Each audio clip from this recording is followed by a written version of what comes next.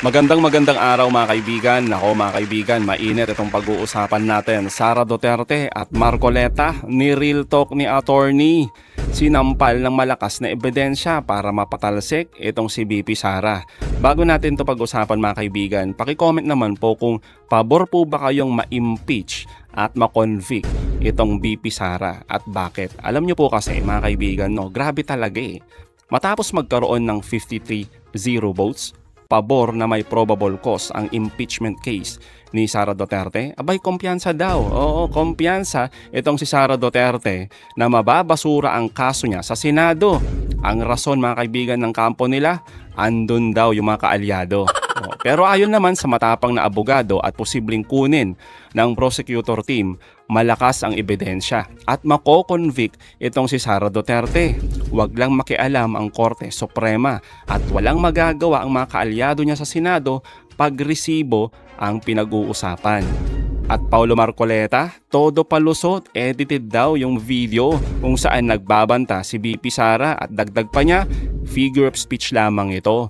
Dala lang daw ito mga kaibigan ng matinding galit at pagkadismaya sa ating gobyerno. Kaya naman, pinalamon ng katotohanan ng isang matapang na abogado itong piluka na manang-mana sa ama at itong si Sara Duterte. Naku, abangan nyo po yan. Pero bagong lahat, pakilike muna ang ating video, pakishare na din po at subscribe na po kayo sa ating channel. Unahin na po muna natin ito mga kaibigan, no?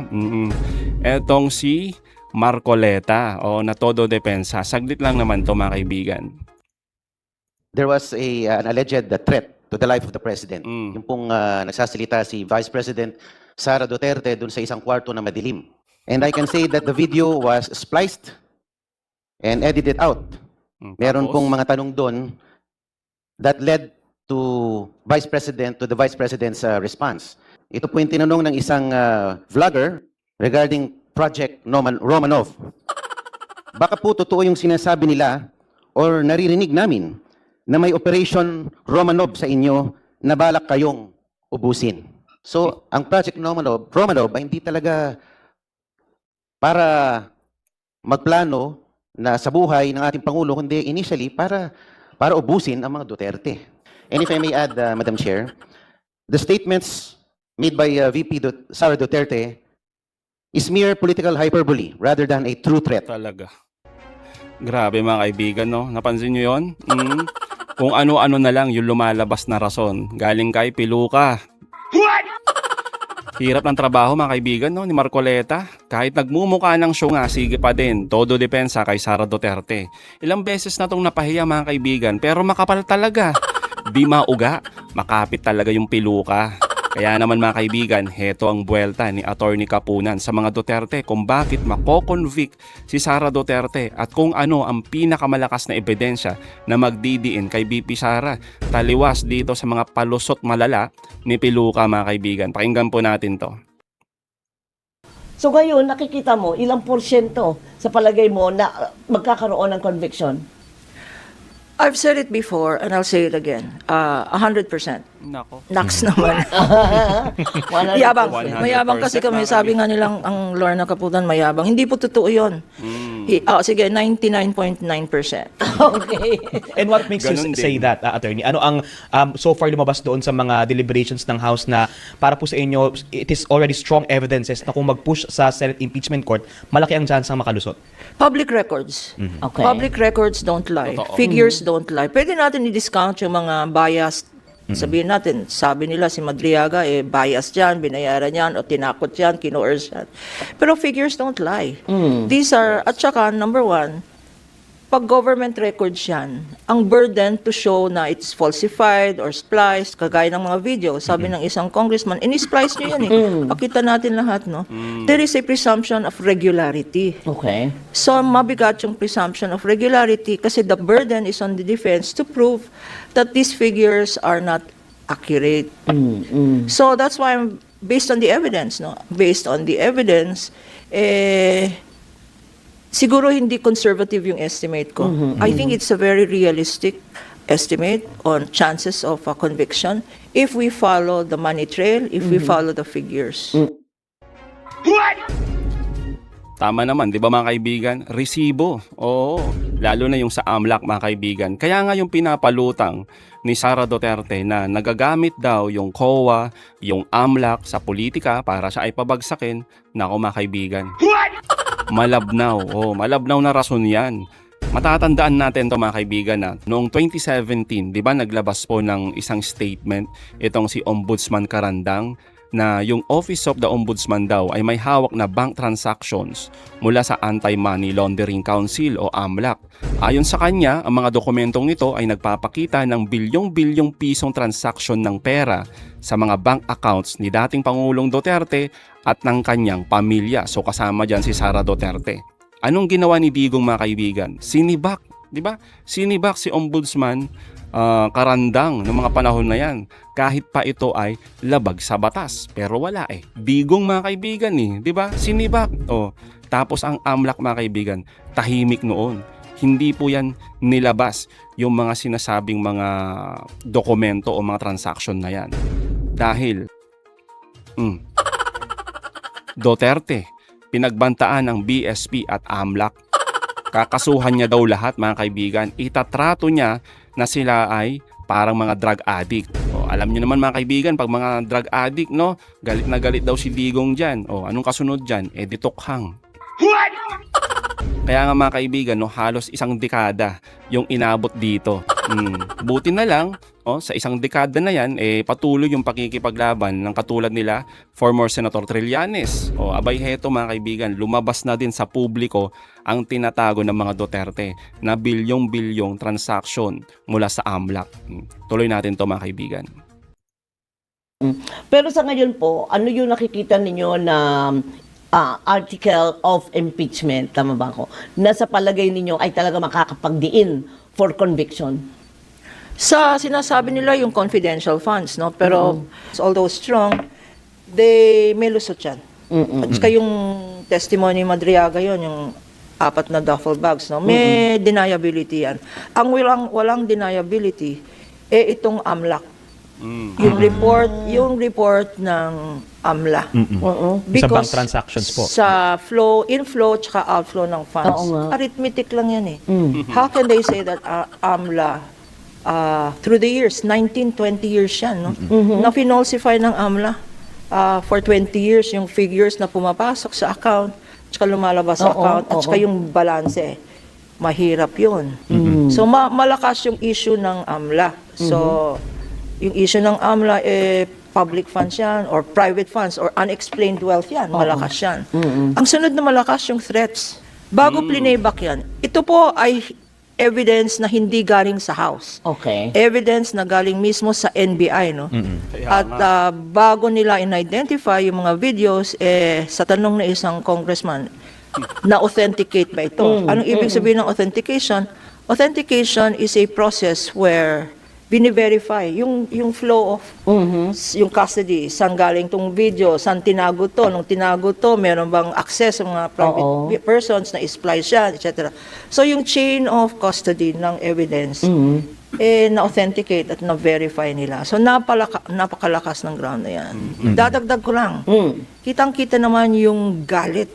Totoo. Yung galit ng isang vice president, hindi lang yun yung mga kapatid niya. Na talagang kasi sasabihin nila conditional threat. Mga kasama po, wala pong conditional threat. A threat is a threat. Kagaya ng pregnant. You cannot be half pregnant, Di ba? Oo. A threat is a threat. Sabi nga ni Congresswoman Degamo, yung asawa ng na-assassin, na then governor, hindi nga sineryoso ng asawa niya. And the sad thing yesterday is, na-touch ako yesterday kasi birthday ng asawa niya. Ni dating Governor Roel Digamo. Oo, dating governor. Birthday ng asawa niya. And she said, my husband did not take it seriously and look at where he is now. Worse than that, the hiring of an assassin by itself. Okay. So ngayon may nagfo-float na assassin dito. Hindi mo alam kung kailan mag-i-strike yung assassin na yan. Yun na nga. Tapos binabaliktad nila na ang threat is sa life daw ng Vice President. Yun ang mga trolls. Kasi Marcoleta. kasabay ng monitor natin sa Senate hearing, sumasabay ang mga trolls. Binabaliktad yung narrative. Binabaliktad yung narrative. Kanya daw bumoto, mga congressman dyan, 53 votes, no? Yes. Unanimous. Kasi daw, hindi sila bibigyan ng PDAF, hindi daw sila bibigyan Exactly. ng budget, yung mga Oo. distrito nila, no? Paano kasi mga kaibigan, ganito yung rason ng kanilang amo. Eto mga kaibigan, kaya ganyan sila. Eto si Pulong, 'di ba mga kaibigan? Ano sabi ni Pulong dito? And I quote, mga kongresista, tinatakot umano na tatanggalan ng pondo kung hindi sasang-ayon na ma-impeach si VP Duterte. Yan yung sabi ni Pulong mga kaibigan. Kaya kung ano-ano na lang itong mga rason ng mga DDS, galing sa kanilang amo, itong pinapakalat nila ngayon na naratibo. Na nabayaran ng maleta ang Kongreso, di ba? Pipigilan, hindi bibigyan ng pondo, ng budget. Ang dami mga kaibigan, no? Hindi na lang sagutin kasi. Pero, di naman nila dinideny mga kaibigan, lahat ng mga ibinunyag sa hearing. Wala mga kaibigan, di man nilang kayang sabihin na, hindi totoo yan. Hindi totoong meron kaming ganyang pera. Wala hong ganun. Ano yung reason nila lagi? Maleta. 'Di ba? Nakatanggap ng maleta, binayaran ni Pangulong Marcos, 'di ba? Ang dami. Ay nako talaga, Tapos sabi nila, ang may threat talaga, ang Vice President. Teka, hindi ba alam natin 2,000 ng security guards niya, nabawasan nga ng konti, Real pero talk. ganun pa rin. No? Oo. Compared to the first family, compared to the speaker, parang hindi ka panipaniwala yung sinasabi ng trolls. Totoo naman mga kaibigan, 'di ba? Paano tayo maniniwala diyan sa mga ganyang palusot ng mga Duterte?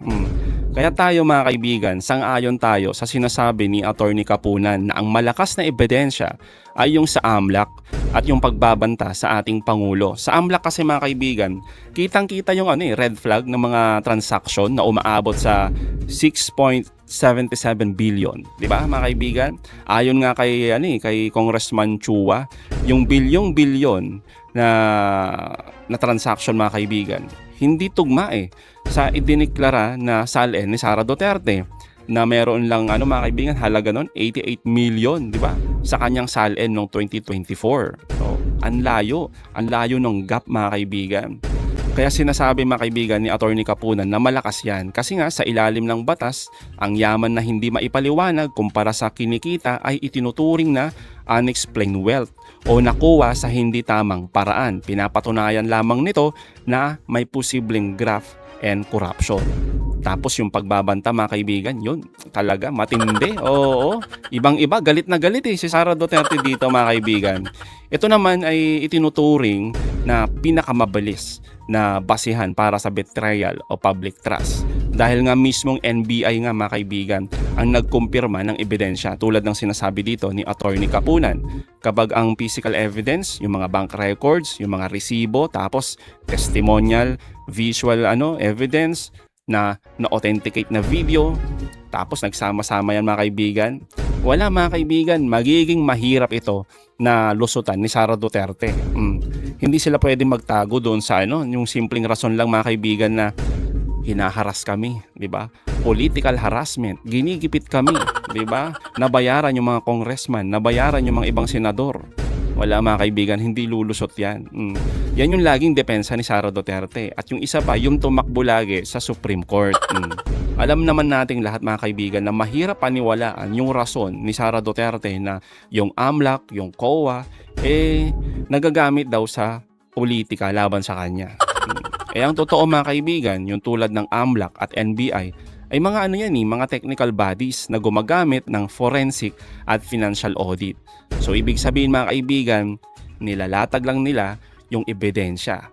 Resibo, tapos sa NBI, authenticated video na si mismo sa bunganga ni Sara Duterte nang galing ang pagbabanta. Kaya yung sinasabi mga kaibigan ni Marcoleta na figure of speech lang to, di ba? Galingan mo pa, piluka na magpalusot. So mga kaibigan, anong masasabi nyo patungkol dito? Comment down below. Again mga kaibigan, huwag niyong kalimutan, i-like at i-share itong mga videos. Hanggang sa muli, kita-kita ulit tayo mga kaibigan.